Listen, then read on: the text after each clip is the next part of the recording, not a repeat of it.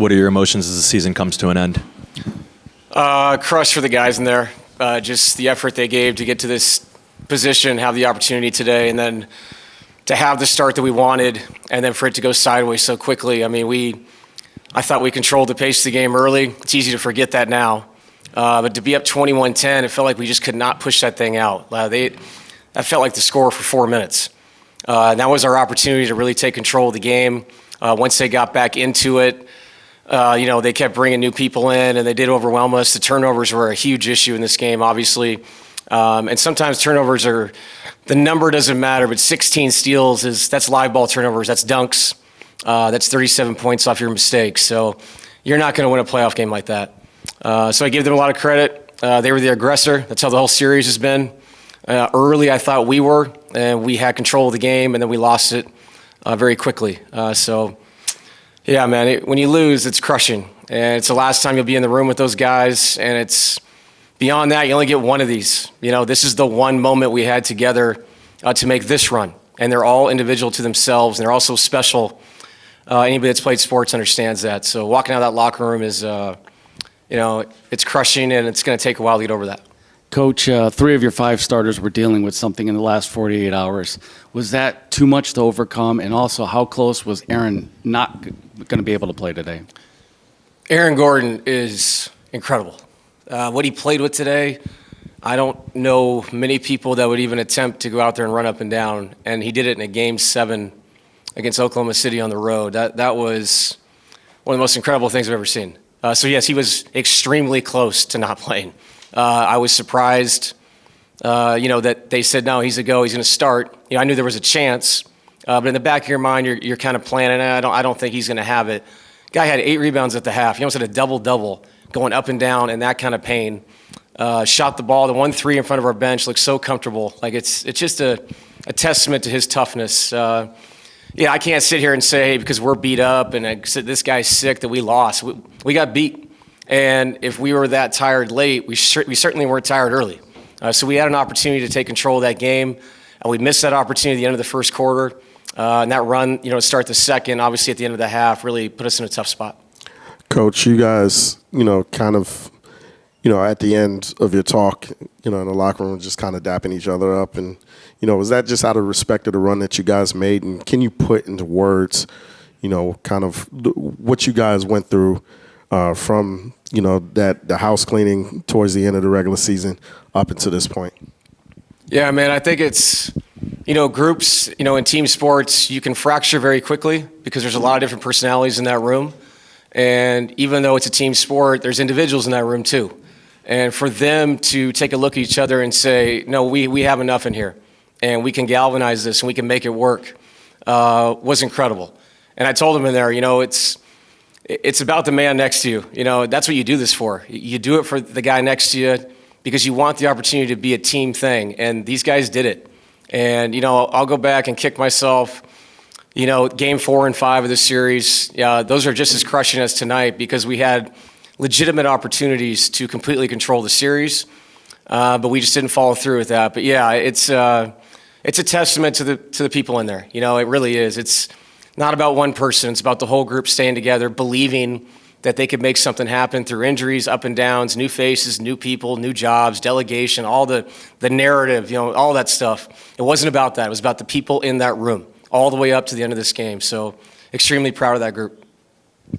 Coach, recognizing the timing stinks, but not knowing when to see you again, how much do you want to be the one to continue coaching this team moving forward? I don't think it's time for me to think about that.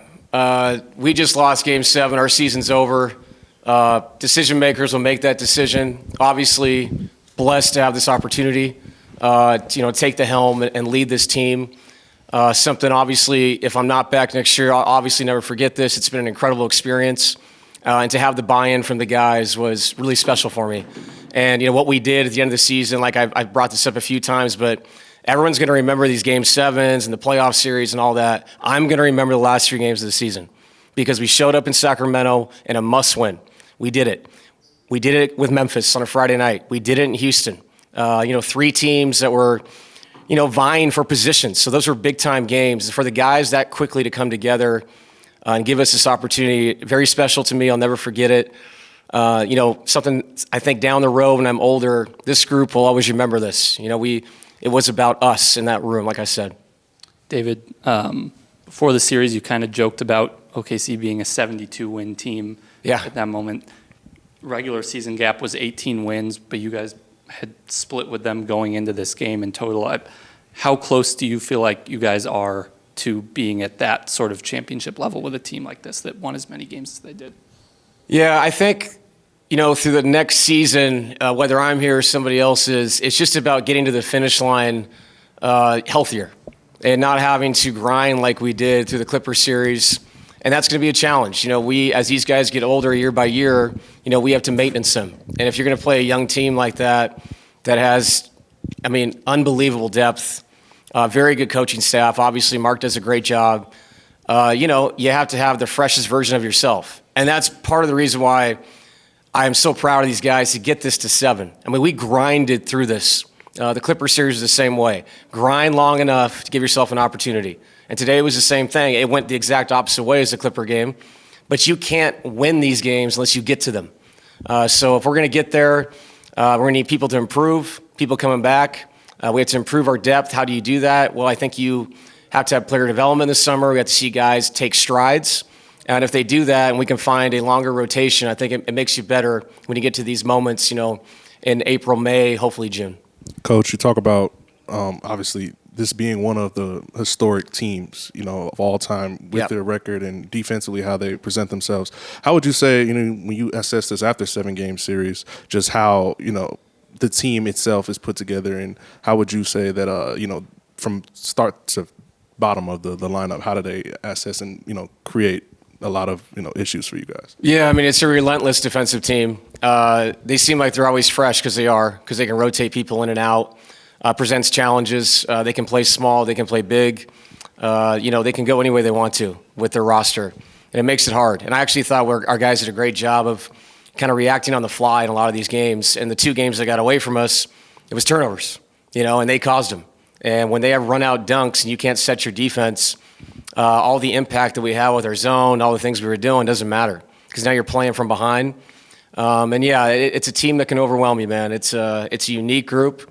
Obviously, when contracts come, these kind of things change where you can't keep all this depth and talent. But to their credit, the way they put the team together, to me, feels like a winning formula. It's not just talent. There's a lot of substance that comes in the game. Guys understand their roles. So, yeah, it was a challenge, obviously. Proud to get to 7. Not very happy about the result today. You mentioned them playing small, Caruso a lot on Joker Day. What impact do you think that adjustment had, and just Caruso in general, the fingerprints he had on this game? Yeah, he was great. He fronted him. They brought multiple defenders over. It was a game where we had to make 18 threes. I really mean it. They had everybody in the paint. We created really good shots. Shots didn't fall tonight. Sometimes when Nikola doesn't get an assist or score, the fact that he's got 3 people around him means somebody's open. And we just didn't have a night where guys made shots. And then I thought shots didn't fall. Guys started to turn down shots. And if you do that, you're driving the ball back into an historic defense. That leads to 16 steals, runouts, and a blowout. Alex did a great job. Like I said, I talk about substance. That's what he is. He's a player that the stat sheet doesn't matter. He impacts winning. David, you kind of made reference to it, but how healthy was Jamal? Because we didn't even think to ask you in pregame, and you mentioned Aaron Gordon's hamstring and then a guy being sick. How effective was he? How healthy was he? He was sick. There's no excuses. Jamal won't make excuses for it. He's been run down the last couple games, but he played well in Game 6. He found a way. You give them credit. They got into us. They pushed us off our spots. We played too high on the floor. I would try to help him out, trying to knock people off to get him free. I thought he had some good looks in the third quarter, didn't fall. And the same thing for Mike. Mike's going through it. But the bottom line is they were going through it yesterday, too. They were going through it in Game 6. So there's no excuses up here. We had a chance. We came in. We had a great start. We just didn't take advantage of that start. And obviously give OKC a ton of credit. They deserve this opportunity to go play Minnesota. That'll be a hell of a series. Coach, when it comes to their bench play and shot making, how much of it was just the comfort of being home? I think it matters. It just seems like over the course of time in the NBA playoffs, that is always the case, especially for young guys that are role players. I don't think it's the case for veteran, teams. But today, we have a lot of veterans. We didn't shoot the ball well. But yeah, you give them a lot of credit. And on the flip side, we're zoning and we're making the ball find people. And those people made enough shots, to really extend the game. And like I said, the turnovers were just a disaster for us. We just didn't take care of it. But yeah, there's a lot to think about right now. But yeah, congratulations, OKC, man. And I mean, like I said, that series is going to be great. I wish we were playing in it. I wish we were playing in Denver on Tuesday night. But best of luck to them. Thank you, Coach. Yep. Thanks, guys.